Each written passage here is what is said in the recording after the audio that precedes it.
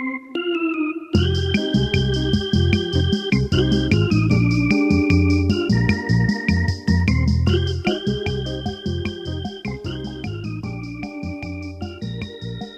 going to stop playing this song if you guys don't start talking. Okay. All right. Hi.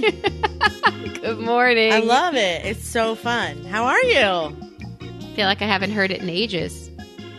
It does seem like a while since we've recorded. Right? What show's Jessica's been pumping been out? away. Yeah. I've been sad about it. Yep. We've been away. Yeah, it's been weird. So how is everything? Long time no speaka. Yeah, the last time we did Speaka, or the last thing I remember editing or show note writing, was how you were saying that you needed to shed your skin, be away, and stop putting out other people's fires. And you went away for a while. I mean, you still had fires, but there are fires that you set. How was your time away? It was pretty awesome. Not gonna lie. Sleeping on the diagonal in a king size bed. How was it? It was actually a double. I had two doubles. My dad was with me for the first Tuesday, Wednesday, Thursday. He left Friday. And then we saw each other Tuesday night. Wednesday we went to Universal. Thursday he hung out by the pool, and then we went to pick up Elsie from the airport, so he got to meet Elsie. And then Friday morning he left. He went thrift store shopping and then went to see his cousin, which is kind of his thing. So it was really fun. Universal, I had several personal epiphanies the entire time I was there. Catalyzed, is that a word? Catalyzed by a couple of different things. So my first epiphany was an accident. We went to Universal and went on some of the rides. There was absolutely no way to tell from the outside if a ride was going to be scary, a roller coaster, induce heart attacks. Like, it just, every ride said, if you're a heart patient, don't go on the ride. So my dad was just like trying to risk it, after the first ride it was Minions. After the first ride, we stepped off the ride. I mean, I don't know if you've ever been. Have either of you been to Universal? Yeah, my family years loves it. and years ago. So you know that what they actually do, they're geniuses. They don't actually build roller coasters; they build simulations. And the newer that they get, the better the 3D goggles are. So you are not on a roller coaster; you're in an audience, and your seat is moving, and wind is blowing in your face as if you were on a roller coaster, and it fucks with your brain a little bit. So. The first one is the Minions, and we're like flying through the air and chasing a gift and running from the Minions. And like, it was just crazy. At the end of it, my father we all stumble out of the ride. And my dad goes, "Can we just sit down for a second and think about what just happened?" Which I thought was so funny. He wanted some downtime after the Minions? He just was like, I just need to sit down for a second and think about what just happened. And like, everyone's like, "Oh, Andy, you're so funny." And then they all start walking away. And my dad was like, "I really wasn't kidding." And I'm like, "I know, Dad, let's go." I mean, it was like, what just happened? Every ride was like that. So he probably did like 4 or 5 and then left me to do Harry Potter, which was a full roller coaster. It was kind of amazing. That we did. And I didn't know it was going to be a roller coaster, but I screamed. And I screamed in the roller coaster. And then I was like, "Oh, that was fantastic. I need a new ride that's going to make me scream." So I found another one and I screamed again. And then I was like, I have to go on all the things that are going to make me scream. And I screamed my ever loving face off. And it was so liberating. Cathartic. I just screamed and screamed and screamed and screamed. It was the best time I ever had. I've not been on a roller coaster in like 20 years, but I have to say the screaming, boy, did I feel better. Hot damn. That was great. It was good stuff. So that was really fun. Who sat next to you as you screamed your way through these roller coasters? Either my father or Mark. Okay. No, Mark, my father didn't go on the roller coasters. It was Mark because, Ramona stopped going on the roller coasters too. So the reason I went on the big one is because they needed a fourth. And I was like, fine. It was the best time of my life. But it was his sister Izzy and his business partner Kieran. And they're both they're like 24 and 26. And then it was me and Mark who were like over 30, So I was just like, I mean, like it was, I didn't need to hold anyone's hand or anything like that. It was basically just humorous to hear the other person scream their face off, you know? But it was good. So it was really good. It wasn't just you screaming. It was everybody. I mean, I was screaming in a cathartic way. Other people were screaming in sort of like a, this is really fun kind of way. Okay. Well, good. Like and they thought you were. I wasn't woohooing. I was just like, how loud can I scream? Kind of like, it was like almost a contest I was having with myself. And then you were on a panel where you had no voice left because you screamed your way through. I actually did not ruin my voice, oddly, but I was basically crippled by the end of the day because it was 10 straight hours of walking. And even if you're the skinniest person alive, that hurts like shit. So like the next day I tried to wear high heels and I was like, The next day I did a workshop for 3 hours with my friend Katie and I had to sit down through most of it because I couldn't stand. I looked hot though, but I couldn't stand. And then, so I did that and then went to go work on, most of the time I was there, I was working on roast jokes because at some point during the day, someone would either tell me what their jokes were on the panel or say to me, man, you're going to be fantastic. I can't wait to hear you roast Dave Jackson. And I would feel a panic. Yeah, no pressure. And then be like, I better go work on my set.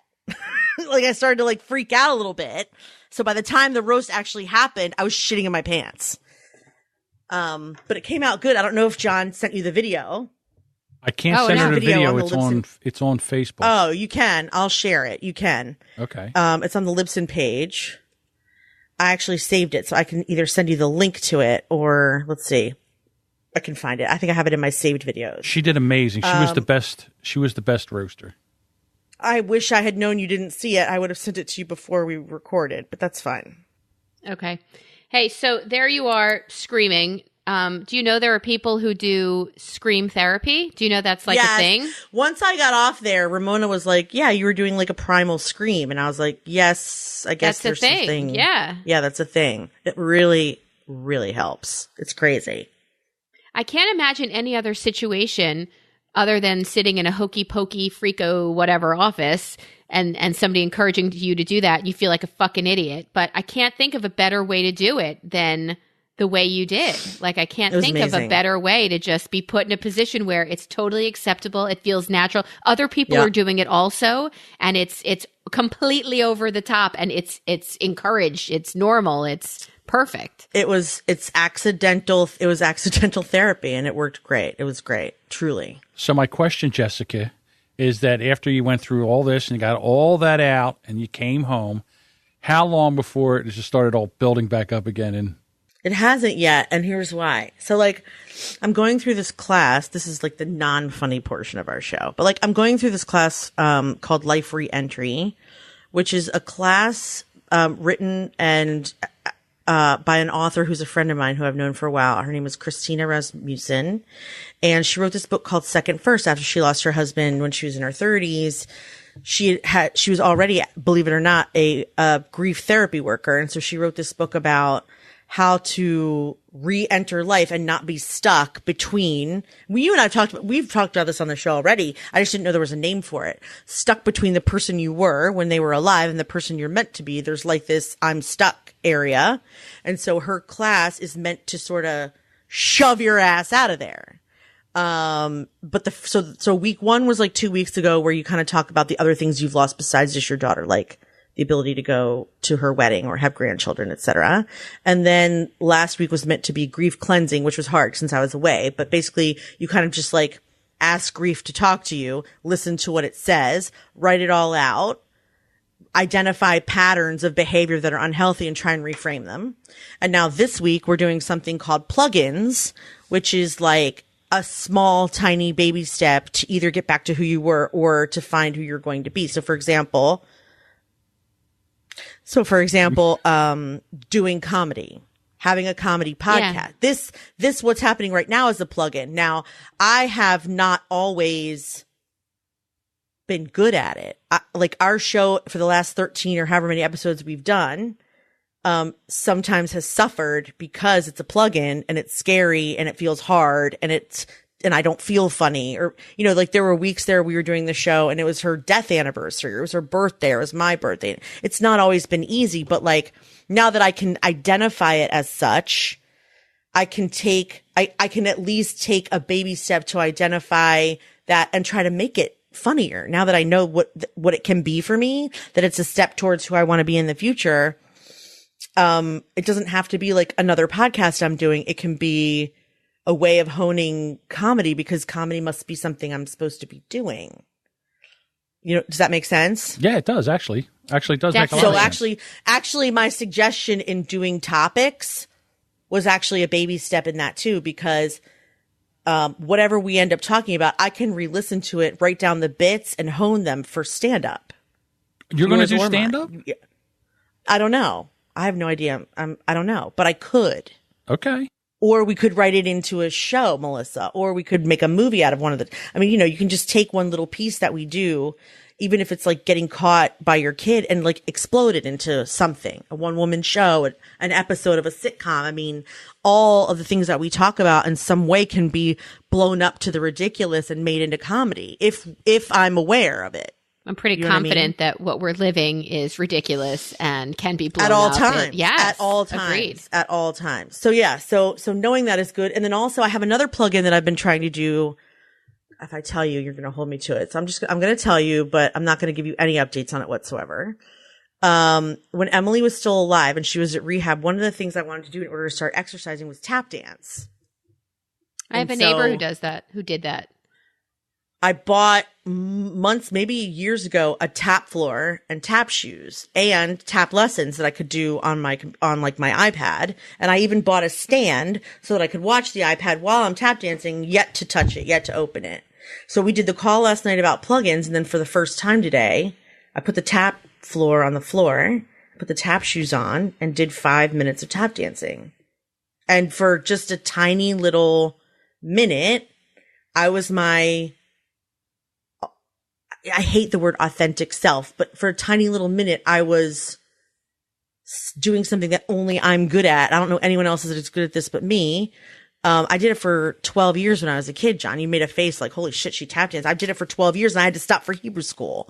But my grandmother was a Rockette.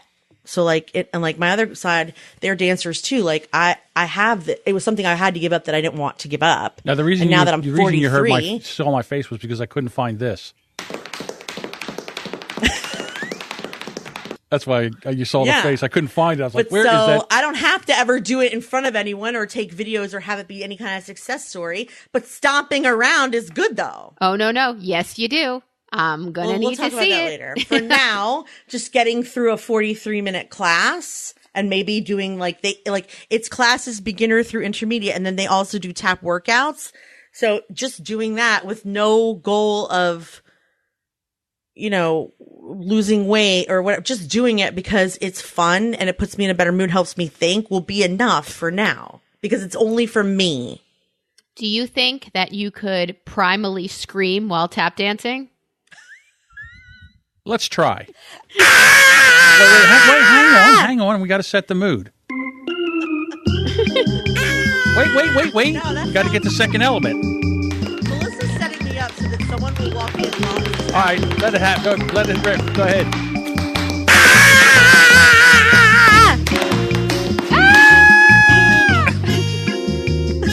Okay, sorry. You're an asshole, truly.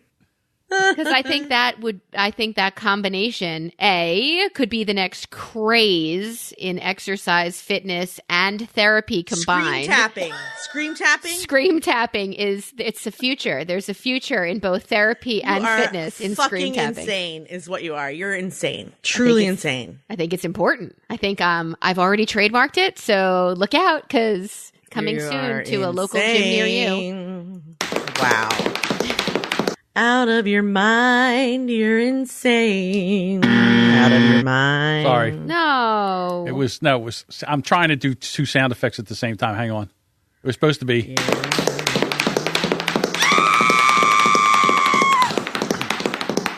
Wow. I think it's genius. I don't know what you're laughing at. It's genius. There you go.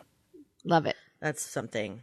I love it. So your plugins. I love your plugins. I never broke them down that way. But yeah, we last talked. I was saying, you want to know who you are. Well, my kids are watching me pull this off. And this is my prepare for, get excited for, love to share stories and hear stories. And yeah, it's all centered around humor. Although I have to tell you, recently a therapist told me that humor is not a good way to deal with your emotions. And I thought, That's not what I'm doing, though. I think I need to find another therapist.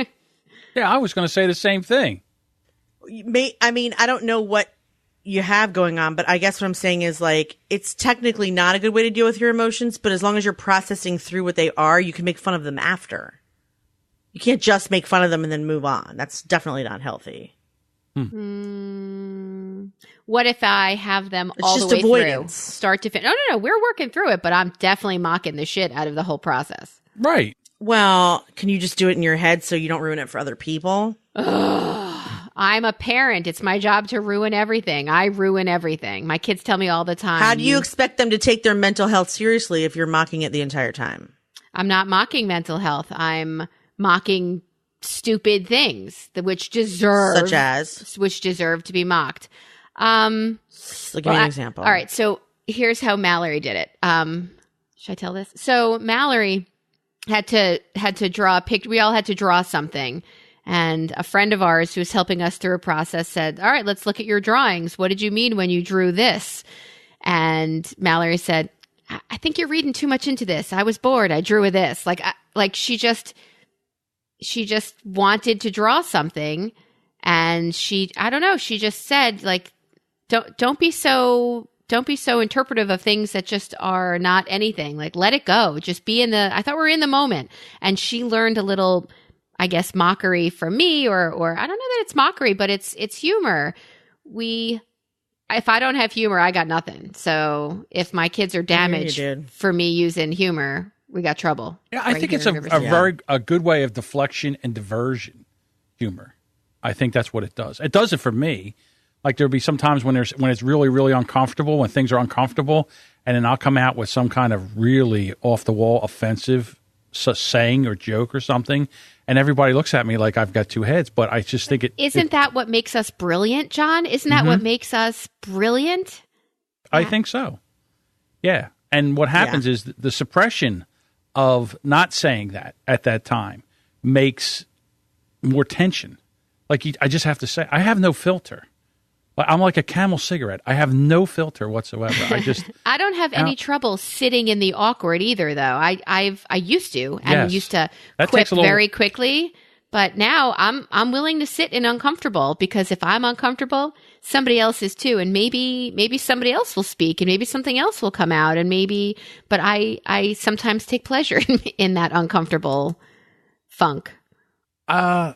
Sometimes I get embarrassed for the person. Do you ever have that happen where you get so embarrassed for a lot of TV shows, the comedy on TV shows, I think it's embarrassing comedy. And I think that's what The Office was. That's why I don't like The Office, is because Mallory hates that too. It's an embarrassing comedy. I can't sit there and listen to it. I can't watch it. I get cringe. My rear end, my butt tries to rip a hole in the seat that I'm sitting in. It's uncomfortable, right? Yes, very uncomfortable. Yeah. So Mallory started to watch Ally McBeal, a show I absolutely loved when it was on. And she said, I can't watch it. It's so physically uncomfortable for her to see this woman in all of these uncomfortable positions of thinking something, saying something stupid, having a big thing of spinach in her tea, whatever it is that made her physically uncomfortable to watch it. She just walked out. And I used to love that show. I forgot all about that show. How about that? What show is it again? Ally McBeal. One? I have to look that up and try that out. I finally just got through Jessica Jones. She's uncomfortable with Ally McBeal. Mallory was. I love Jessica Jones. I love Jessica Jones. Is fantastic. I haven't watched this last season, but I do love Jessica Jones a lot. There's only one season. The new season comes out March 8th, the second season. It's in my calendar. I loved her. But yeah, Ally McBeal, she runs into a boyfriend she had from college, and there's just everything so palpably, like physically uncomfortable. And Mallory's like, yo, I can't sit through this. I'm out. Oh, that's interesting. That's good to know. John has it too. Yeah, I do. I'd rather have a dark humor or something like I'm more Married with Children than The Office. I'm more in your face kind of crazy humor like that. We ought to do time. We ought to do a bracket of top 6. Let me think about this. Best shows ever. Top 32, either 32 or 16 sitcoms of all times and whittle it down. We could vote on it. Let's do it. I think that would be kind of neat because, I mean... Wait, can we just find it and do it now? Well, I guess, but I mean, first of all, you'd have to go... You don't want to be better prepared? Yeah, I mean, we'd have to... Like, so the way I do it, the way I... Yeah, the way what's the fun in that? The way I do it is I would have to find... All right, so give me your top 4 comedies of all time. Seinfeld. Okay, write that down. You over there, you, Melissa, write this. Are you because you have a pen. Somebody? Yes, you have a pen. So I saw you. Do I have a pen? Yes, you do. Yes, it. Oh, look, it has a point this time. It does. I don't have a pen. I don't either. That's why I told her. I saw her write write something. The highest rated ones? No, I want you. What you think is the best? Melissa's the best 4 sitcoms that you know of. Best 4. Right. Give me the best 4. They'll be the top seeds. So you got Seinfeld. What else? I love The Big Bang Theory. Okay, yeah, put that that's down. A good one, definitely. And then what's another one? Cosby Show. Cosby Show. You can write that down. I don't think that's a number 1, but okay. Cheers. Oh, Cheers. Cheers could be a number 1.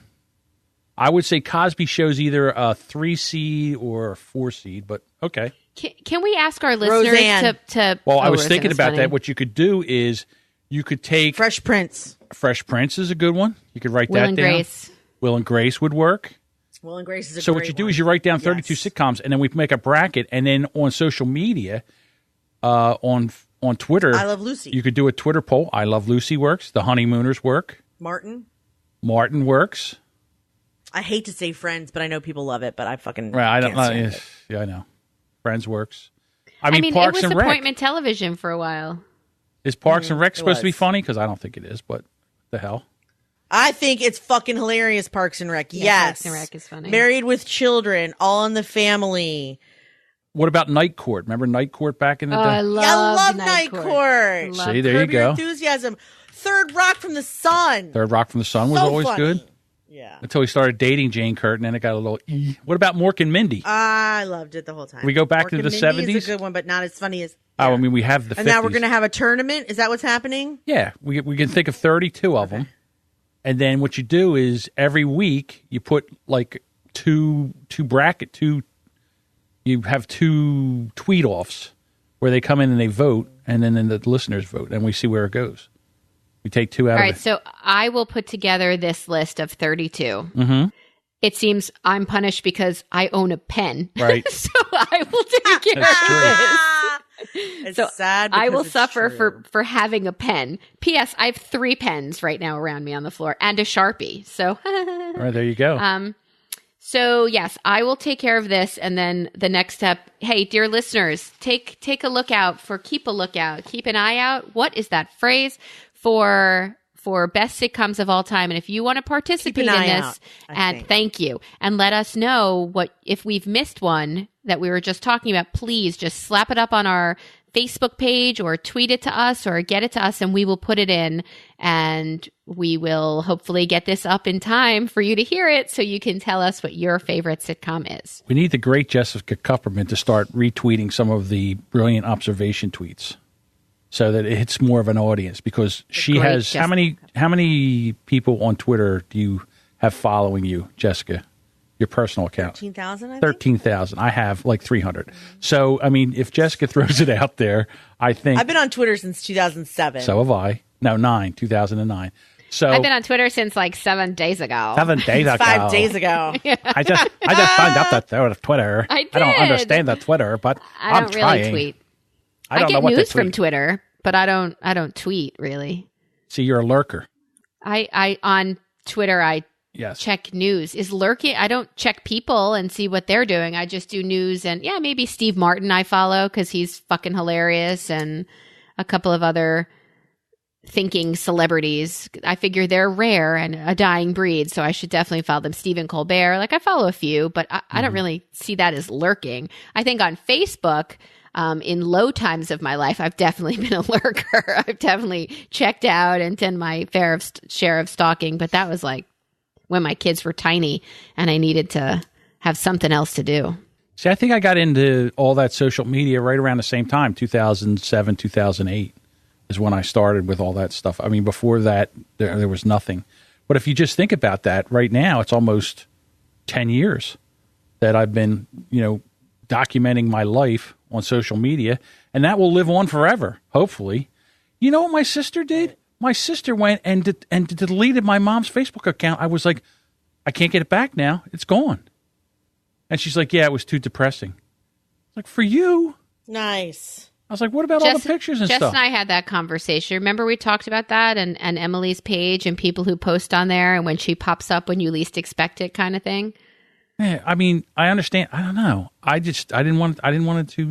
always wanted to be able to go back and see if I wanted to. But then again, you have pictures. Would it have just stayed there in perpetuity without any... I think they have a way of... I think Facebook has a way now of making a memorial out of it. Like they shut it down so nobody can hack it or whatever. I think there's a thing that they do with it. I don't know. What did you do with Emily's? Is it still there? With her what? Facebook page.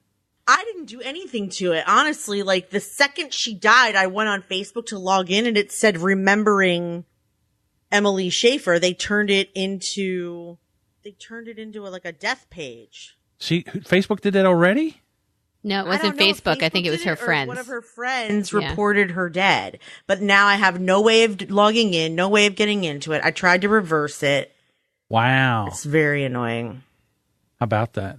I deleted her Twitter because that's where she really, what's the word? Let it rip? That's where she... It's a good way of putting it, yes. She did. She let it rip. That's where she would eviscerate her enemies, and I didn't want that to be how she was remembered. Let's put it that way. Fair enough. So, there's this thing, I forget where it is. Actually, I had to pay $8 a month for it, where it lets you bulk erase tweets. And at one of my accounts, I went in and I wiped out 2 years. It was like I had a head injury, and I lost 2 years of tweets. And I've been a kinder, gentler person on that account since. You've been a kinder, gentler techno bully since then? I even changed the name. Techno Bully's gone. And now I'm the podcast tutor. Tutor. It almost makes you sound British. Yes, almost. Almost. Well, going along those lines, I was thinking recently, I know you want to chat about Valentine's Day, but I was thinking recently about... We don't have to. I don't care. About your legacy and like what you leave behind. Mine?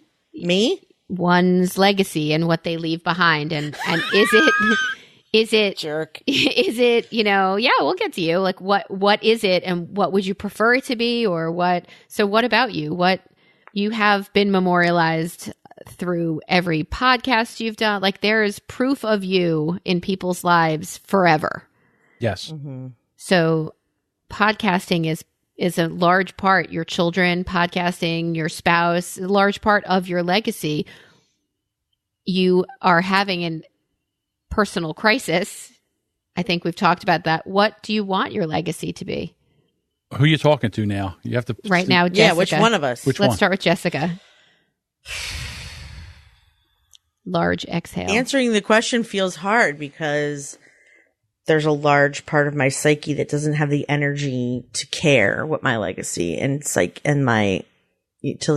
care what it is. But that said, I think I would like to point out absurdities in human behavior long enough to make people laugh about them. I think that I want to raise children that know how to love and be loved.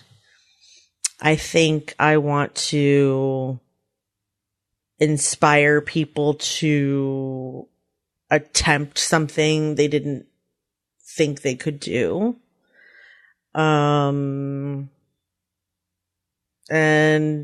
I think I want to just help people push forward, however I'm supposed to do that, whether it's by being funny or by teaching them technology or by just encouraging them to stop ignoring parts of themselves that are screaming to be, I think people ignore their intuition. They don't know how to listen. I feel like I can help people. I feel like my gift sometimes is just see stuff in people they don't see in themselves and then just encourage them to let it out. And that's how you want to be remembered. As like a coach. I mean, I also kind of want to be remembered mostly just as being funny as balls, to be honest. If people can say that I was funny, that I made people laugh, that when I was in the room, it was never boring. I mean, I think I've already accomplished that actually, but if I died tomorrow, I will have accomplished at least that, right? That I made a party or a meeting or a business or a function or anything a better place just by my being there. That's what I would like. You know what I mean? Yeah. And for me, ever since I can remember, I've always wanted to make people laugh. I always wanted to do stand up. I listened to every. Me too, actually. Every Cheech and Chong, every Bill Cosby, every George Carlin, every Richard Pryor album, and I just wanted to be funny, and I just wanted to make people laugh. And when I got out of high school, I was working for my father, and I was listening to people doing morning radio, and I said, boy, I think I could do that. And I actually quit work to go to school to get into radio. And then I made this left turn into the elevator business and worked there for 25 years, had an injury where I can't work in that business anymore. And then at that time, I found podcasting. And that to me is my way of trying to be funny and putting out a show. I don't know. I mean, I think it's almost like me being in a room talking to like 50 people. But besides that, I still think it's fun. And I think podcasting is very therapeutic. Like for me, I want to get a T-shirt that says anything you say is fair game for my podcast. Anything you talk about. I've had my cousin call me on Saturday. He was white girl wasted, and we had an hour conversation. And I says, I can't wait to open up the mic and talk about it, to be quite honest with you. I think that T-shirt should definitely go right into our merch store, Jess. That's perfect for our store. I think you're right. Mm-hmm. Yeah, I mean, I love both of those. I think you're both doing those things. So you're on a path of everything you want. I hope so. Is it your later in life discovery, or is this what you've always wanted? What, being funny? I'm a little jealous jealous that Jess got a chance to get up and roast Dave Jackson. Like, I would have loved to have been able to get up there and do that also.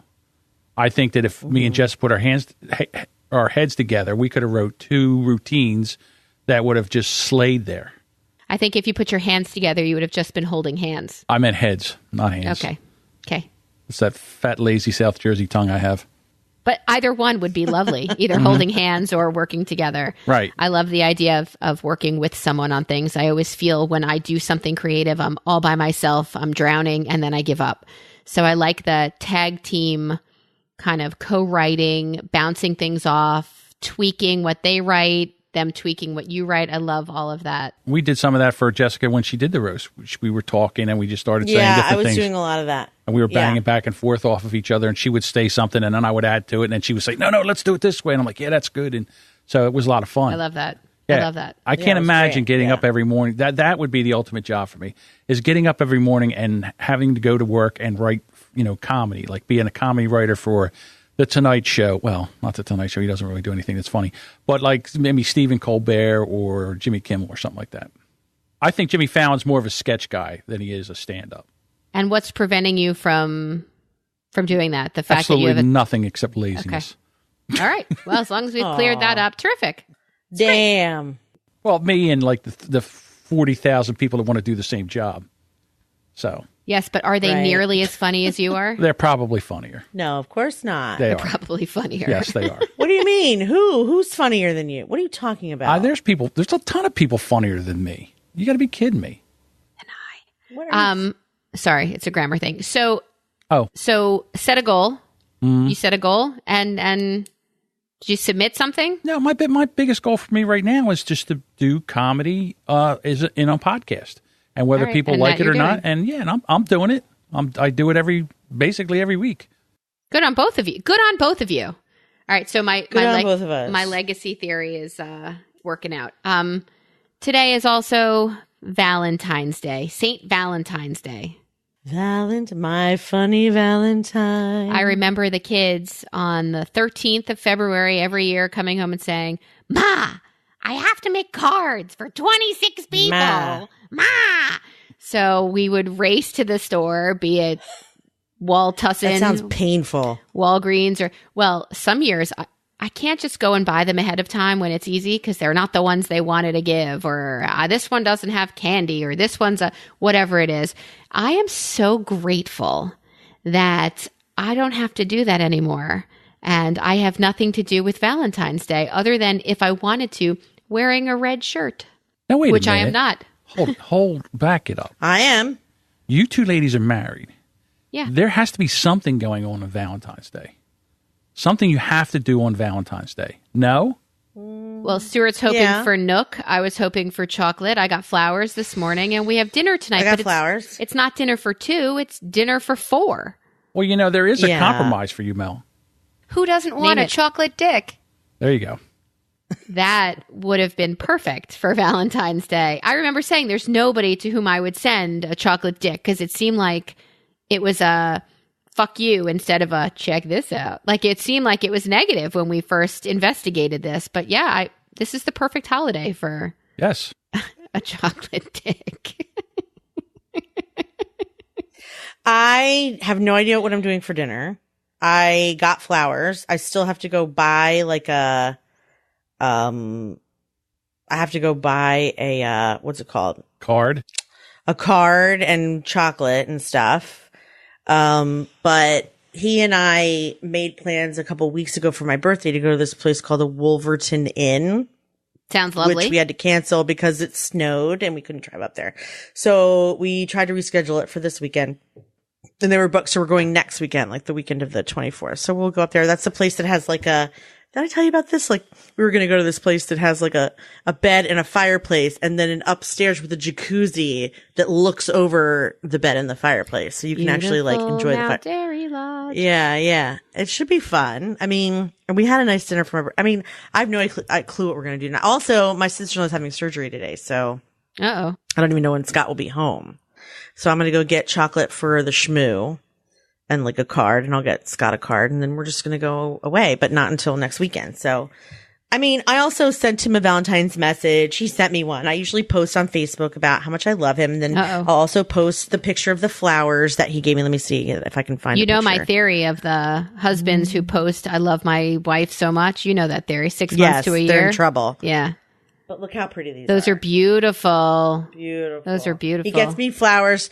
He gets me flowers from this place called Calyx, Calyx, and he always tries to find something really unique. So he's really good at the flowers thing. He always gets me flowers for that. And also if I'm hosting this is the nice thing. His father used to do this for his mother too. Whenever I'm hosting a family dinner, like whether it's Thanksgiving or Passover, without fail, he sends me an arrangement for the table. And I always forget he's going to do it. And every time it's like I'm getting ready, I'm bustling around, then the door will knock and there'll be these like beautiful flowers. Right, because you're hosting his whole family and he's a smart man who still, understands. It's really thoughtful. It's lovely. Yeah. It doesn't matter who's coming. It's so thoughtful. I just love it. He's the sweetest. So my favorite picture of him though, this is the best Valentine he could have given me, is him washing dishes. No. True, yes. But doing laundry. Washing I came dishes. Upstairs the other night. And he's in bed like this with a cape and mask on, like Isaac's cape and mask. And they're watching Kiss Meets Scooby Doo. There you go. That's adorable. That's adorable. Yeah. So what did the Brilliants have for planned 6 days? for So I don't really Valentine's need like Stuart requested a coupon book. a sexual coupon book. I've given him coupon books in the past. What the hell you've been married all this time. What could you possibly put in a coupon book that he doesn't already get as a guarantee? Well, it's pretty much an on-demand kind of thing. Yes, yeah, it's on demand. It's the fact you have to do things on demand. It's like even if he's like sweaty and covered in blood from whoever he operated on. What the fuck would have my husband coming home sweaty and covered in blood? An emergency surgery that squirted him. Okay. Ew. Yes, Jessica, I guess a coupon could be used in that situation, but so would a hazmat Couldn't suit. it? That is fucking disgusting. True. That is disgusting. Yeah. But it's on demand, so you have to oblige. But when I was younger, the coupon books were much more creative. Like I would cut out pictures and I would put pictures of other things on there and superimpose my little tiny face on top of lots of fun and creative pictures. And then the next couple of years, it was just, a different kind of picture. But then it became one free, like he paid before. But this coupon entitles the holder to, and I said, if you lose these coupons, I'll kill you. Have you ever done lingerie for Stu? That I have. Yeah, sure. And does he do lingerie for you? Is that what you're going to tell me? Does he do like the elephant bag where you put the thing as the trunk? Oh my God! What? Have you ever seen that? No. I saw No a idea stripper what you're one talking time that about. had an elephant. It's like elephant underpants, but you put the shaft inside where the trunk is, and then the ears are just there like a little hat. It's hilarious. Yeah, I would imagine it is. I'm going to need you to Google and send me a picture of that because Okay. Scott's never worn any type of bullshit from me. yeah, but that's I just think it's funny. but that's Okay, not something elephant. that's attractive to me. So Right. which, the kids had trouble at school. Oh, great. This is what you want to hear. The middle school had trouble with a girl who took pictures of herself and sent it to a boy. And I'm just like, again, boys will ask for pictures of you, but girls just don't ask for junk pictures. They just don't. Nor will we ever. Nor will Go we ahead, ever. look. That's just not something that they're going to want to see. Where'd you send it? There's a snake one that's pretty good. Ew, some of these look kind of skinny and therefore not that appealing. Okay, first of all, I don't know why. I just got some guy's pencil name bits. just came up on Facebook. I must have clicked the wrong link. Ah, yes, I It's in did. Skype. Oh, that's disturbing. Holy mackerel. Who come wears that? Strippers. I guess. That's who. Strippers. Oh, wear- that's just wrong. Anyway, it's terrible. I the know. ears. Oh, Sometimes I do lingerie, but sometimes I don't because I feel like I should get a wear out of it, and I don't. Like it's always for show, and the show lasts like 30 seconds. 10 seconds and you're out. Yeah. It's such a waste of material, money, And then shipping. And then Right. it's ripped and then you can't even wear it again. that's correct. I have to take out my little sewing kit and put the straps back on. But it's correct, John. But does that mean that women should give up the lingerie altogether? Or is it worth the 10 seconds? It's worth of it. I glory? would say it's worth the 10 seconds for the guy. See, See, They I just still don't like see, it, yeah. like, Melissa, would you want to see an elephant trunk coming at you? No. I don't think No, so. for the There's no same reason reason for that I Scott to told wear my kids, anything. girls don't ask for that. We are not interested in that. That is not, but boys there's no reason do. for Scott to wear anything. I literally cannot think of one type of sexy outfit he could wear other than a tuxedo that would do anything for That's me. hot. See, Yes, women a want man in a women suit. want men in more clothes, not less. You want to know when I'm the most attracted to Scott? You guys are going to laugh. I like laughing. Always in a house of worship, like either synagogue or shul or a funeral, somewhere we have no business looking at each other that way. But he's always all dressed up.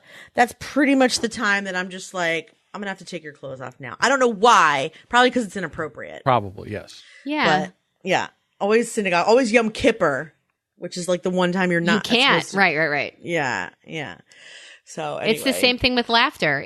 Things are fucking funny when you're not supposed to be laughing. I call it church laughter because you feel your shoulders start to move and you can't stop laughing and it's totally quiet and you have to keep it quiet. Your eyes start pouring down and yeah, you just can't. You're not supposed to laugh. You're not supposed. All the places it's taboo. Yeah.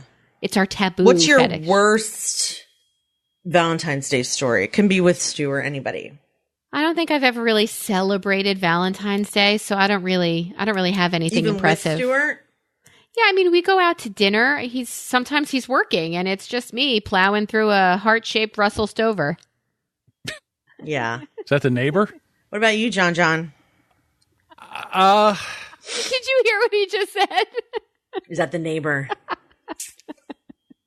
I honestly, I hate Valentine's Day. I just think it's a lot of pressure. Did you hate it when you were married, though? Oh, yeah, we didn't do it. We just did. It was ridiculous. I hate when people say they hate Valentine's Day, and I hate when people say it's a Hallmark holiday. Pick I another hate it. day. It's Be so lovely to annoying. me next Sure. Thursday. So annoying. Mallory said tomorrow, can we go to Gertrude Hawk and buy all their super cheap Valentine's candy? And I said, yeah, sure, let's go do that. That's a brilliant idea. Let's go to CVS. Let's get all of their heart-shaped joy of dark chocolate madness. I love the sweethearts. Actually, that's like my favorite candy. The chalk. The chalk. Yeah, chalk, yeah. candy chalk. Yeah. I love it. I love it. It's so delicious. But you so didn't go make- ahead, John. Sorry, we interrupted. Every time I would do something, make this big grand gesture, it always would fall flat. It never worked. I remember one time I was dating. We had just moved in together. It was Valentine's Day. She was at work. I got home early. I bought steaks. I bought lobster. I made her favorite sides. I got everything ready to go. As soon as she walked in, she looked at it. She goes, I'm too tired to eat, and walked in the bedroom. I love that you made her favorite sides. That's my favorite. A man who loves me knows my favorite sides. Yeah. So I did all that. And she's like, I'm too high. And then the next day she was like, I'm sorry, and I got cold lobster and steak. What are you going to do with that? You might as well I just threw everything in the trash. She goes, why'd you throw it in the trash? I go, it's if you don't eat it then. It's ruined. It's ruined. Right. Who eats cold lobster? You don't want leftover, and steak. So she walks into the bedroom and shuts the door. What do you do? I opened the door because it was a 1-bedroom apartment. What am I going to do, sleep on a couch? That's what I did. You guys didn't even Nope. She was just tired. But you didn't walk in and say, "Hey, I get that you're super tired. Let's try to rescue some of this day." What the frig is right. Let's try to rescue some of this day because I worked my ass off. Honestly, yeah. It just took the wind out of my sails, and I was just like, ugh, that's okay. That was it. I was done with it. That could truly take the wind out of Stuart's sail, if you know what I'm saying. No, I understand that. Well, let's put it this way. After that happened, and she just walked in and just went into the bedroom and got ready and just put her everyday nightgown on and jumped into bed. When she put on her suit of armor. Yes. Yeah.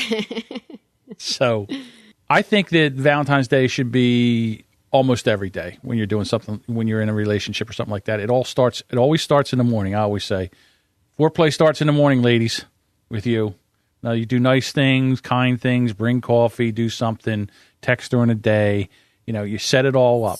Stop making yourself sound so romantic. Knock it off, because you're just going to chase someone else away. It's not what you're looking for. What do you mean? So maybe he'll get a girlfriend from talking about it. Oh, I doubt that. I'm done with all that stuff, too. He doesn't want that. I'm too selfish. I think I talked about this before.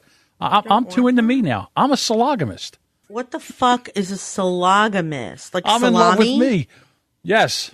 And salami. Is that the actual word for it? Yeah, there's an actual word for it. He's in love with himself and salami. No.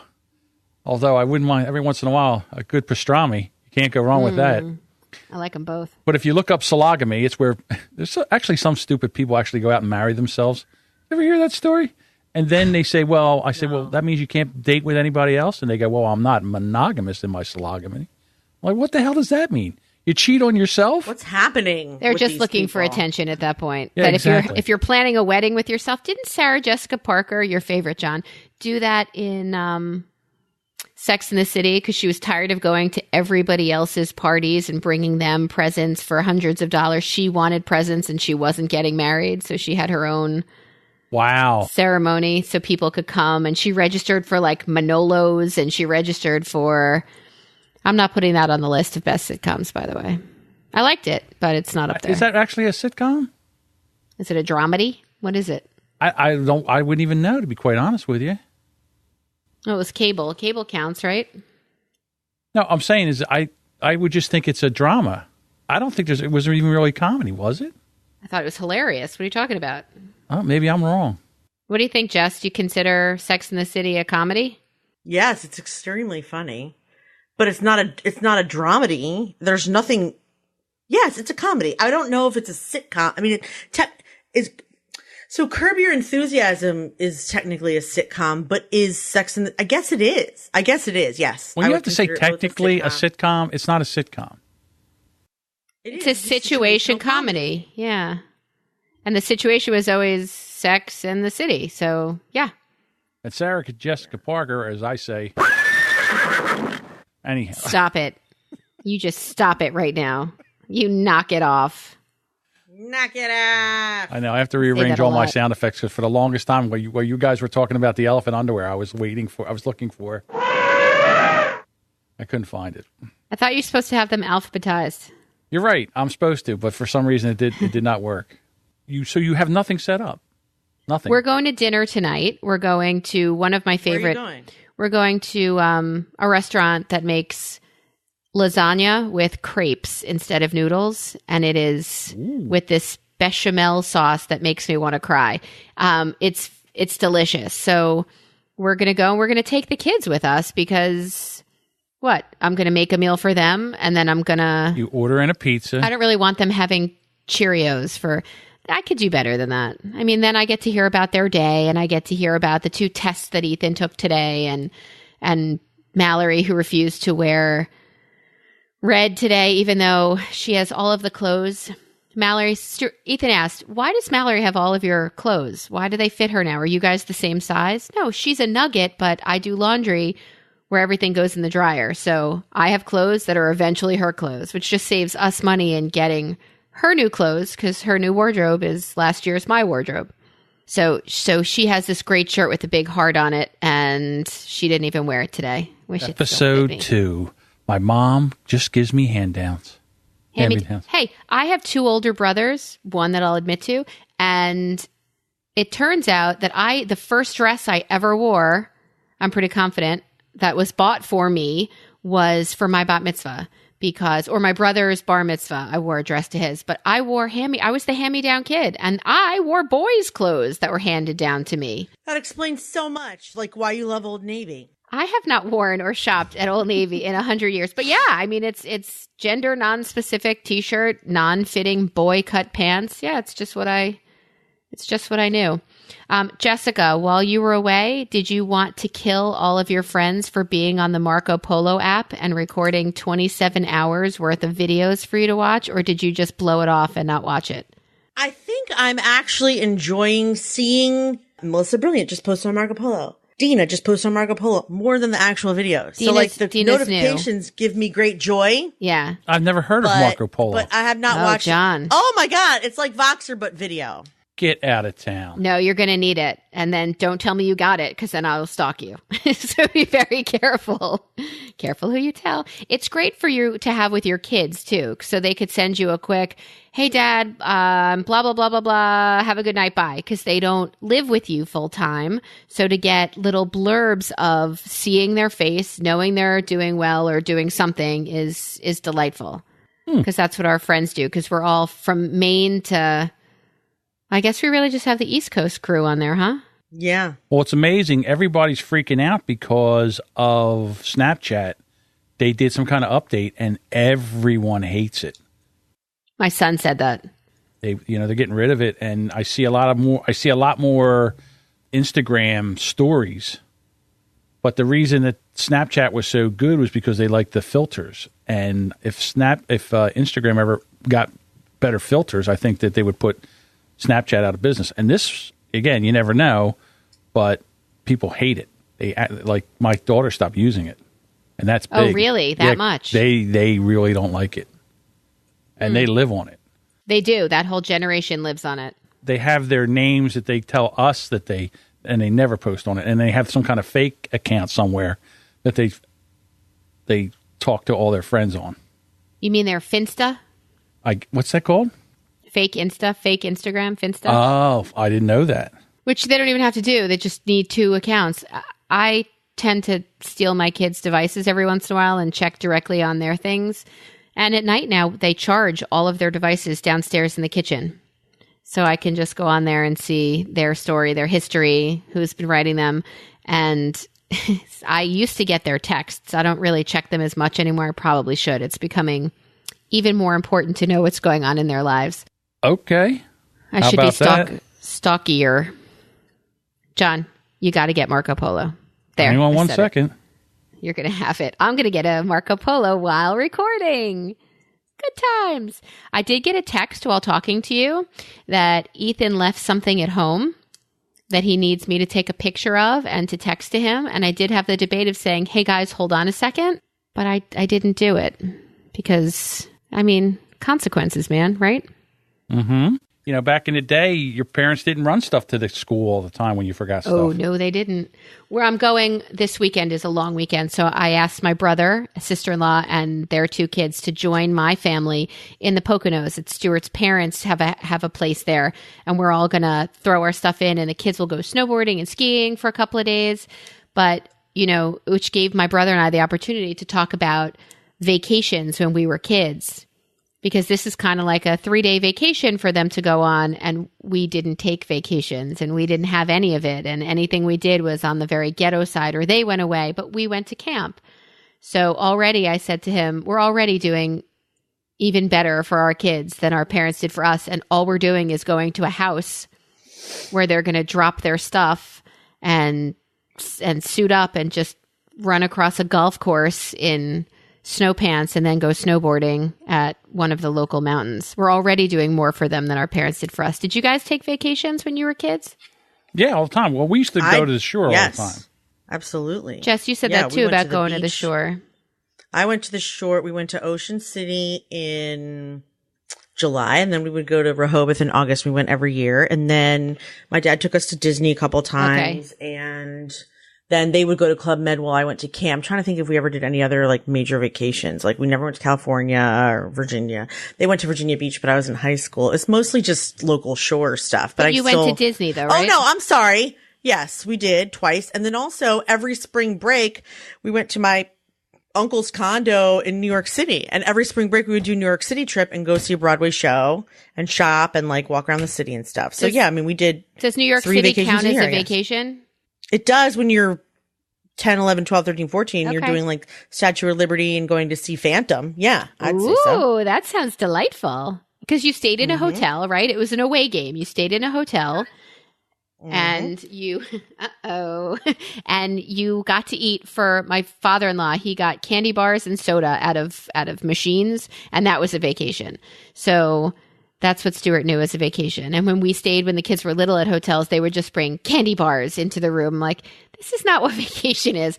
Let's go and see the Empire State Building. Let's go and see something. Let's go to Mexico. Let's go somewhere.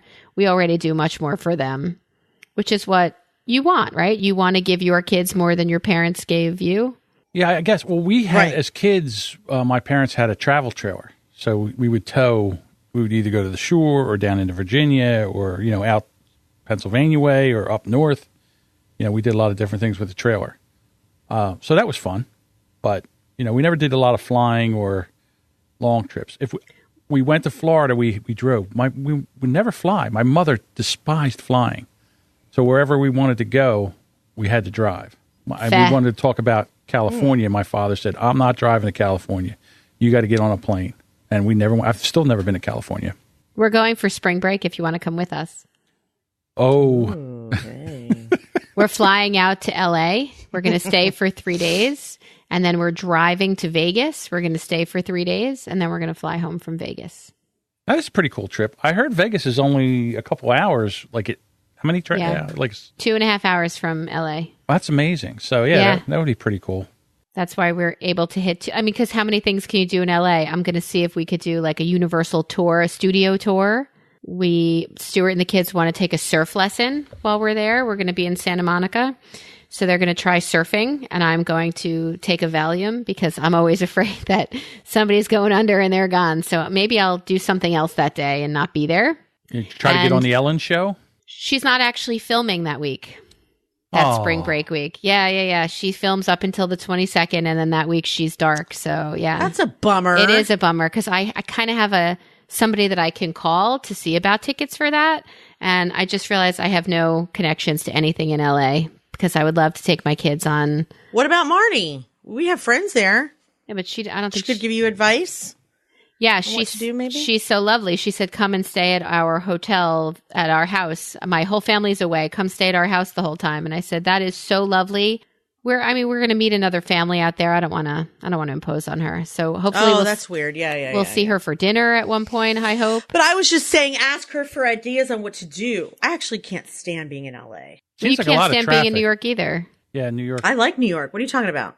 You once said you hated it. You go in, it's stinky. You have to. I hate going there for work. Oh.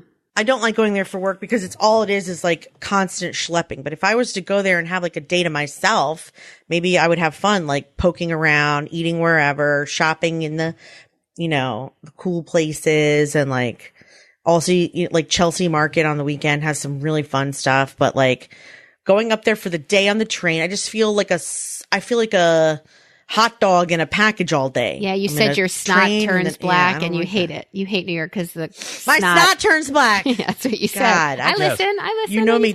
I think at this point, maybe you know too many things about me. We're sharers. Are you breaking up with me? Maybe not so good. Are you breaking up with me? Do we need to see less of each other? A little. What are you saying? No. What are you saying? I love New York. I hate Times Square. I hate all the places that we usually take the kids to see a show or to dinner. I hate that whole area. But outside of that pocket, I love New York. Love it. Interesting. I bought tickets for my kids to see a concert that I don't think they want to see because it's probably one of the last times in their lifetime they'll be able to see this concert. And I think it's something they should experience. Is that wrong? What's the name of the group? The name of the group is called Paul Simon. Oh, So they're going to come with us on this farewell tour that he's doing, and they will sit and drink a beer if they need to enjoy his concert. Oh, wait a minute. I mean, have you introduced them to his music yet? Yeah, I mean, he's my favorite, so it's always on in the car, and they do know. Okay, so they know the songs. Some. Like, my mom was a big Neil Diamond fan way back in the day. I remember as a kid, the Neil Diamond records were always playing in the house.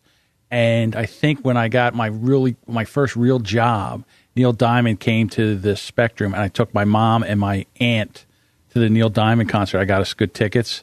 And I went to the Spectrum. That was way back in the day. And they had a blast. They were like teenagers. It was a lot of fun. And, Neil Diamond puts on a good show. You could get, I've seen him several times. He was amazing, but you could get really beat up if you walked into school humming Forever in Blue Jeans. Like, you could really get your ass kicked if you unleash your Neil Diamond. Why? He just What do you retired. mean, why? I know. I think he's got Parkinson's. Why? Am I making that up? Why would Neil Diamond, hold on. Why would Neil Diamond indicate an ass kicking of all things? Who could have hatred about that? I mean, because it's nerdy?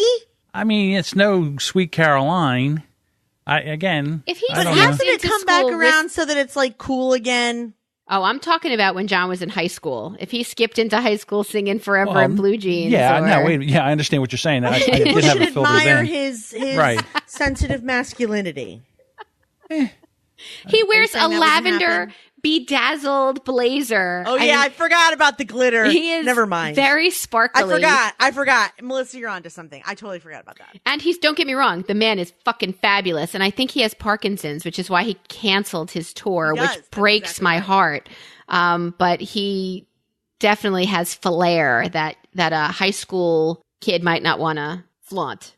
So, John, are you saying you didn't like him or that you were afraid? No, I liked Neil Diamond. I thought he was good. I wouldn't go in and But you just I wouldn't didn't go into tell school and anybody. sing his songs. I did. Let's Can put you it this do way. a Neil I did Diamond not. impression? First of all, I was out of school once we went to the concert. Money talks. Oh my God, that's the exact But it one I was don't going to sing sing. or dance. Or Money it don't- talks, but it can't sing and dance, and it can't walk. Yeah, it's good stuff. It's good stuff. Mm-hmm. What about hello, my friend, hello? I can't stand eating Jell-O. It jiggles and it wiggles. I think about it every night. And I know it's late. I feel this way. It's Yeah. always But I there. couldn't wait. Jell-O. Hello. Hello. Jell-O. We are the worst. We are the worst. Yeah. So, I mean, what concert? I mean, did you ever go to a concert that your parents liked? I mean, back in the day, did your parents ever My take you to a parents concert? never went. Oh, you know what? We had tickets My for first concert was Rush. the Westbury Music Fair on Long Island, which was a theater in the round. And my parents had tickets, never took us anywhere. We never went anywhere. We occasionally went to a Broadway show. I think my grandparents did that. But my mother got really sick. And my father said, well, what do I do with these tickets? And I went to see, and this is the parent one. I went to see Mandy Patinkin at the Westbury Music Fair, Lord. who, Help us. well, I love him. And I don't know if it's, I've heard lately he was kind of a douche, though, and it ruined it for me. I don't care. He's so wildly talented. Be a douche. I don't really give a shit. And then at the very end of this long, fabulous concert, he kneeled down on this rotating stage and he said, hello, my name is Inigo Montoya. You killed my father. Prepare to All right, die.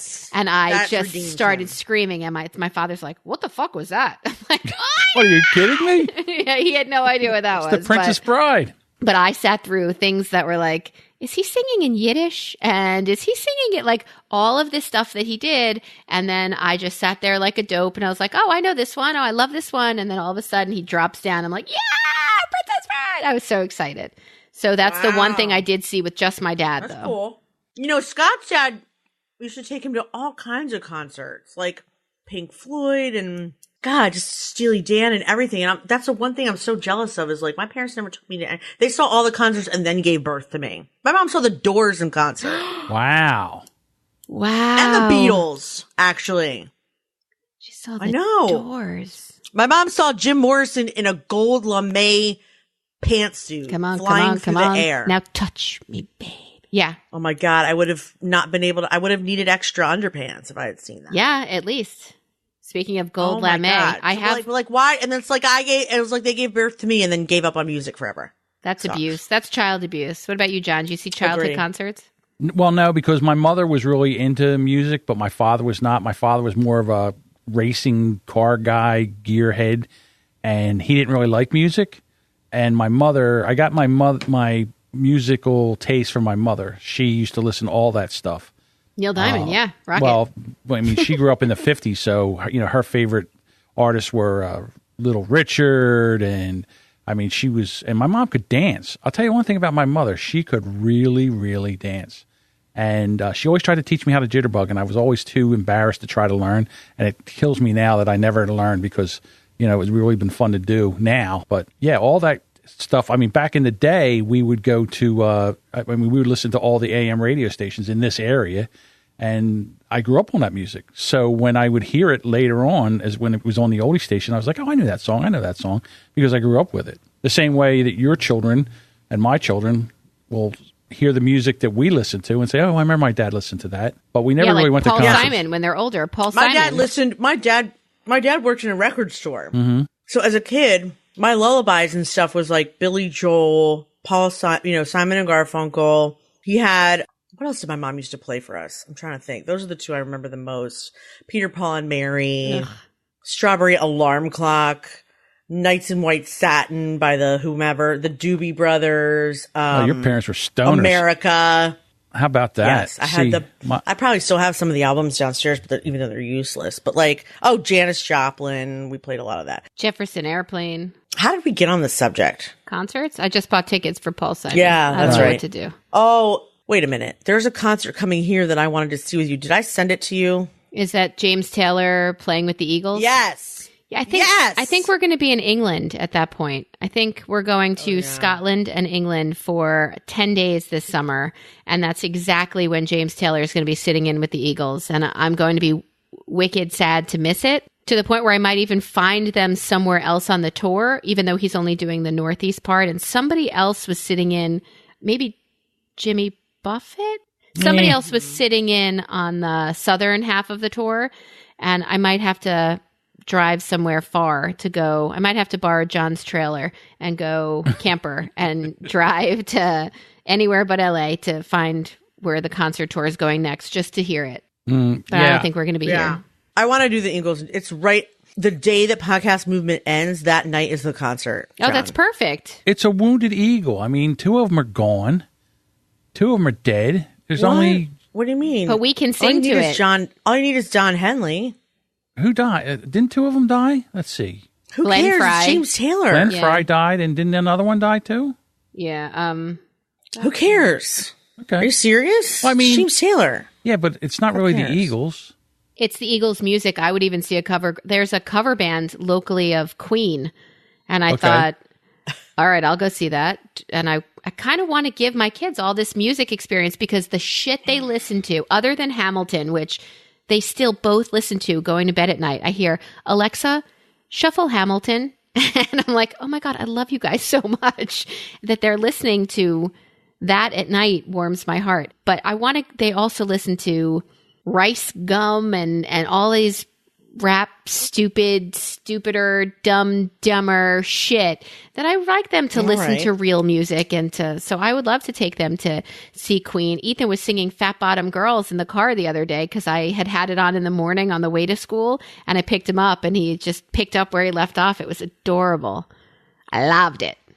That's awesome. Yeah. I mean, such good stuff. And then Crazy Little Thing Called Love came on, and then Mallory's like, I love this drum I line. love that song. Right? She's like, Thing Called what a Love. great drum line. Like, she's a percussionist. First of all, Scott and I have both decided that the best front man in the history of the world is Freddie Mercury. Without a doubt.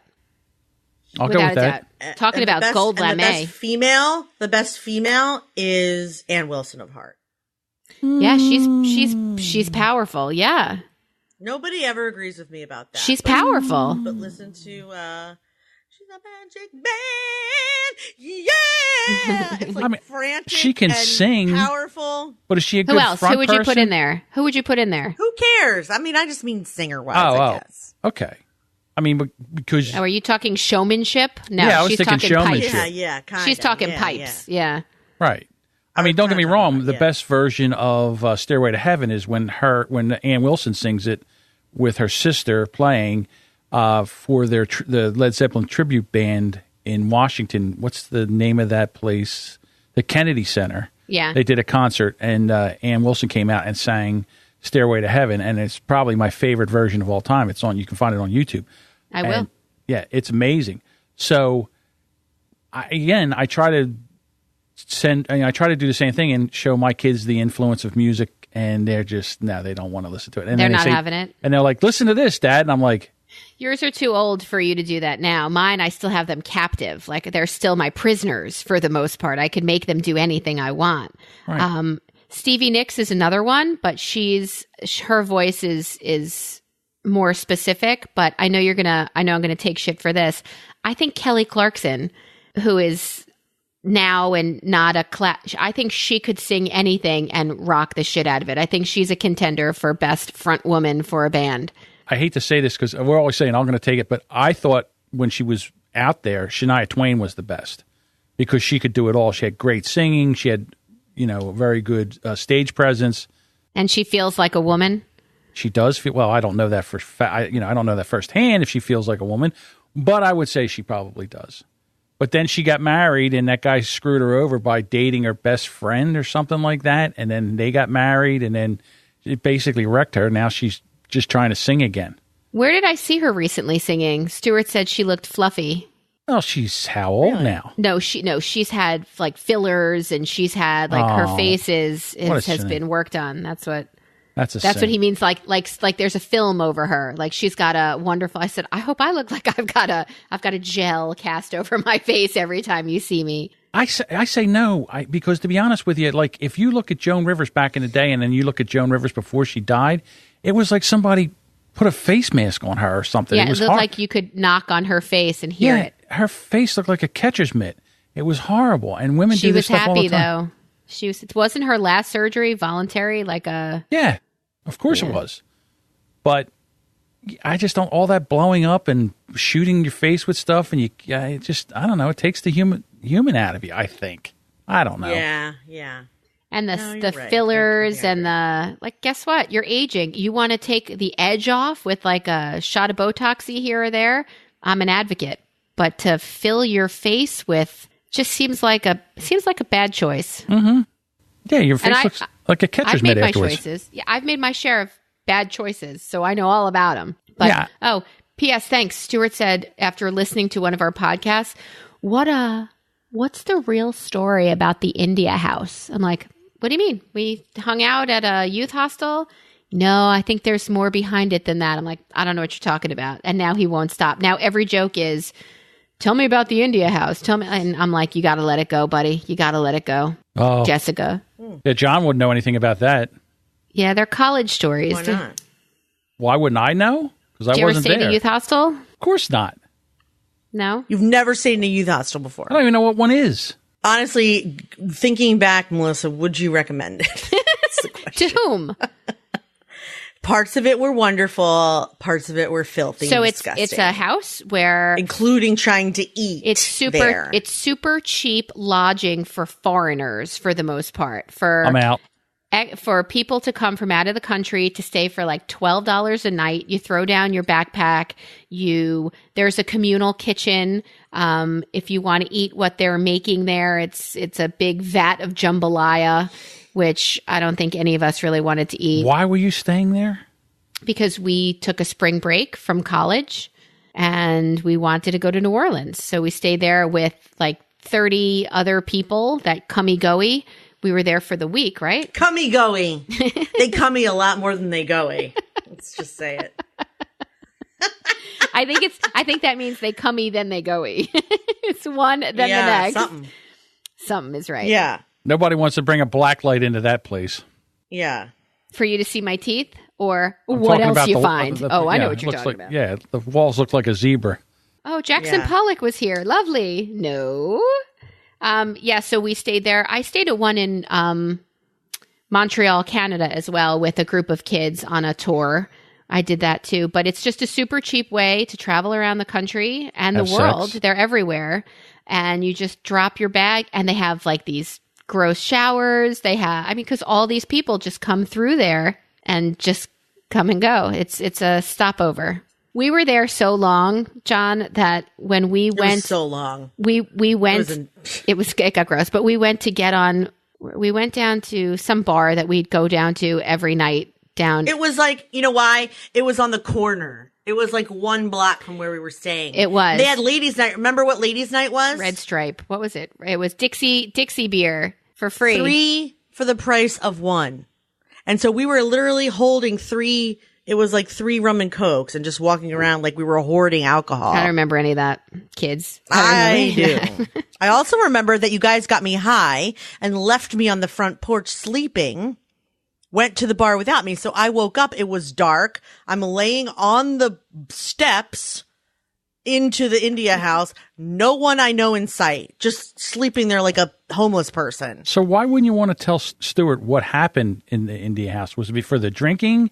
We went down. Did I not just illustrate that enough? We went that down I was to sleep like a homeless person Street. on the outside of the house, and they just like went to the bar without me. We went down to left me there to sleep. We went down to Bourbon Street almost every night, and we went to go get back on the bus. And the bus driver said, "Girls, you don't want this bus. This bus doesn't go to where you're going. You want the next bus. Look for the one." And we're like, "Oh my God, how the fuck do you know us? And how do you know how to tell us what bus we want to get on?" We were there so long. He was like, "What's up, girls? You don't want this bus," which means you're not even our driver and you know about us. Like, you are our Uber, and please just make sure we get home okay, because we left a friend on the front porch sleeping. I went down to New Orleans and I took like 5 boxes of Girl Scout cookies with me. And when Jessica woke up, we all wound up on lower bunk beds just eating through 4 boxes of Thin Mints. I don't remember that at all. So in 3 years or 4 years... Yeah. In 4 years, Mallory says to me, "Hey, Mom, I'm going to go down to New Orleans and I'm going to stay in a student hostel." You say, "Have a good time. Try the India house. It's $10 a night. Make good choices. Go ahead. Have a great time. Make good choices."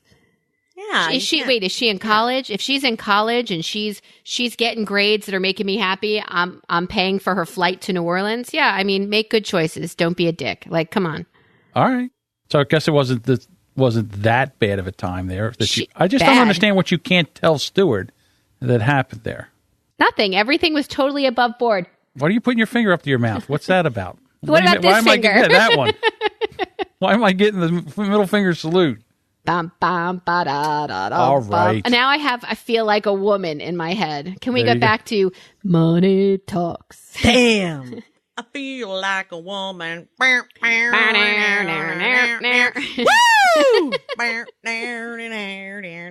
Yeah, she was Woo! a package back then, huh? Oh, yeah. Yeah, she definitely... John right now is thinking her levels are fucked right now. Thank you for that. Oh, it doesn't matter. I fix all that. Clean up in post. Don't worry. Yeah, I'll clean everything up in post. Can I just tell you guys one funny story before we hang up? Because it's been tickling me lately. So...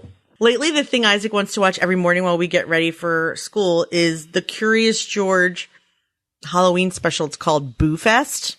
And in it, they find a legend or an old ghost story of a ghost, which was a scarecrow with a pumpkin for a head. And the pumpkin disappears, the head rolls off or something. And then the farmer spent the whole day trying to find him a new head. He couldn't find one. And so now... whenever you walk by where the scarecrow used to be, your hat blows off because the scarecrow kicks your hat off or something like that. But the scarecrow's name is No Noggin. Oh, No Noggin. No Noggin. And so every day Isaac says to me, I want to watch No Noggin. And every day I have to be like, we're not watching No Noggin now. And then I always think it's like, no noggin means no head. It's so funny. It's adorable. But like, he doesn't get that part of the joke yet, but like, his favorite show is No Noggin. It's ridiculous. It's so ridiculous. The things that we end up calling things for our kids, like No Noggin, is ridiculous. He totally skipped every holiday after Halloween. He doesn't care about any other holiday. He does not care. Because they don't give you candy. Celebrated them all. And then after the holiday's over, no, he likes the scary shit. He wants to be a vampire still. Wow. You know, it's funny because when you were talking about what you watch with your kids, the way I knew Manny Patinkin? Uh-huh. Patinkin. Because I watched Elmo and Grouchland 1,000 times. He was brilliant in that. He should have gotten an award. See, I only know him from Princess Bride. Oh, Yentl. I know him from Yentl and then Princess Bride. But actually, it took someone to point out that they were the same person for me to realize. I didn't know. I think I was that person. Chicago Hope. Didn't he do Chicago Hope also? He did a great show. Probably were that person. And he did Criminal Minds, which he left to spend more time with his family. Got to admire that too. But it's just amazing what you watch with your kids. Like I watched that. I watched Babe 100,000 times. Pig in the City. Yes. And then as cartoons, my kids were always into Danny Phantom and Kim Possible. Kim Possible. Oh, Kim Possible. That's an older person's cartoon, I think. What do you say? Kids liked it. And then SpongeBob. Of course, SpongeBob. Not sure. SpongeBob to me was my kids' generation's Bugs Bunny because not only was it a kid's cartoon, but it also entertained adults. When they did SpongeBob, it seemed like they said, listen, parents are going to have to watch this too. So if we really want this to be good, we've got to appeal to both. We've got to make it fun for kids, but there's got to be a subliminal adult message that the adults get. And it's funny because I can go back and watch it. I felt that about Pixar. When Pixar started making movies, and like Disney's really just for kids, but Pixar, when they first started, had humor in there for me. And it made me happier. Although Disney did Aladdin, and what's his name? Robin Williams was brilliant in that. Mm-hmm. And that was for adults. I don't think our kids got anything other than, oh, look at the big blue genie. And it was really smart. It was really well written. The blue genie. I heard you. Loved him. Was it a test? No. You looked very confused. Okay, no, I was listening. I was interested. All right. So ladies, are we wrapping this up? I know that we're closing, but we did not give a mom story this week. And I want to give you one from what John just said so that you could get a better idea. There was a man who loved my mother, who loved her. And I think she loved him too, but he was really short in stature. And she, I don't know, 5'6", 5'7". She said, he asked her out, come to this dance with me, prom. I don't know what it was. Come to this formal with me. I can't because I would wear heels and you would be too short for me. And he said to her, I will fake an injury and I will go in a wheelchair. Wow. Just to be with you. And I thought, oh my God, you still said no to him after he wanted to be with you. So I think you loved him. Like you didn't go. And she said, no, she did not go with him because he was not the right height for her. And, what the does that mean? Yeah, these stories are coming back to me that are just really devastating. Wow. They're just really. Yeah, well, I think that's a big thing for women. I think they want a guy that's bigger because they want to protect her, or I think that's more attractive. And a shorter guy, unfortunately, that doesn't provide that, so they don't want to be seen. They want to be able to wear heels. I mean, there's women now, that are 5'9", 5'10", and they want to wear heels. They got to date a guy that's 6'3", 6'4". To be able to do something like Nicole that. Kidman is how tall, and she's with Keith Urban, who's how little. Like the two of them, I guess it does look a little funny when they stand next to each other. It looks, I don't know who's got more makeup or more hair done of the two of them. I'm telling you right now, when you learn how to play an instrument, it adds a foot to your stature. Oh yeah, that's probably when you true. play the guitar, it puts a foot on you, to be quite honest with you. All right. So, foot on you. Mm-hmm. Makes you a foot longer. Taller. Oh, a foot taller. Oh, no, I like a longer. Foot wider. Mallory told me a joke. Can I tell you a joke? Sure, absolutely. I got it. Here's Mallory's joke. And I thought it was going in a totally different direction because she's been telling me dirty jokes lately. And again, it's Mallory. Jessica just fell asleep. That's okay. She rubbed this guy, It's okay. I'm just tired. this guy rubs a lamp and a genie comes out and he's kind of annoyed, the genie. And he says, ugh, whatever, I'll give you your 3 wishes. Go ahead. What are your 3 wishes? And he said, but if I'm going to give you 3 wishes, I'm going to give your worst enemy twice as much of whatever I give you. So he says, I want $10 million. And he's like, all right, but I'm telling you, your biggest enemy is going to get $20 million. And he's like, that's fine. I got 10. We're good. I'll take the 10. Shazam. He's rich. He said, I want to be so handsome. All right, I'm going to make you super handsome, but your worst enemy is going to be even more handsome. Twice as much as you. Got it. This is the longest joke of my life. I know it, so it's a good one. Wait, here it comes. I'm fine with it. So I'm like, we're sitting in the front seat of the car, and I'm like, Mallory, I don't know if I can handle you telling me this joke. Please don't tell me this joke. She goes, what? His 3rd wish was to donate one of his kidneys. And I was like, oh, so his enemy would donate both kidneys and he would pretty much die. Is that what you're saying? Yeah, he'd be really rich and really handsome. And she's like, why? What did you think it was? And I'm like, oh. See, now I heard it differently. I'm in. I said, I heard his 3rd wish was that his penis would be 9 inches long. See now. And that would make his enemy 18 inches long, and that's not good. That is not what you want. No. The way I heard it was... For anybody, even him, that's not good. Yeah, the way I heard it was the 3rd wish, he looked the guy he hates it right in the eye, and he looked at the genie and he said, beat me half to death. Oh, yours is good too. So that's what I thought you were going with. Yes. Yours is good too. I heard the joke I heard was Valentine's Day, where more seed is spilled than Michael J. Fox trying to fill a bird feeder. Ew. I like Michael J. Fox. Oh, Michael J. Fox. I like Michael J. Fox. I like the reaction. It's like, ooh, oh. I like Michael J. Fox. I do too. Knock it off. Knock it off. I don't know, whatever. All right, ladies. All right. Next time, more Mallory jokes. That's it for today. Thank you guys so much for listening. Please check us out at brilliantobservations.com. You can also find us at Listen Brilliant on Facebook, Twitter, and Instagram. Please send us some feedback as to who you think the best sitcoms are, what you did for Valentine's Day, what you think we should talk about on the show.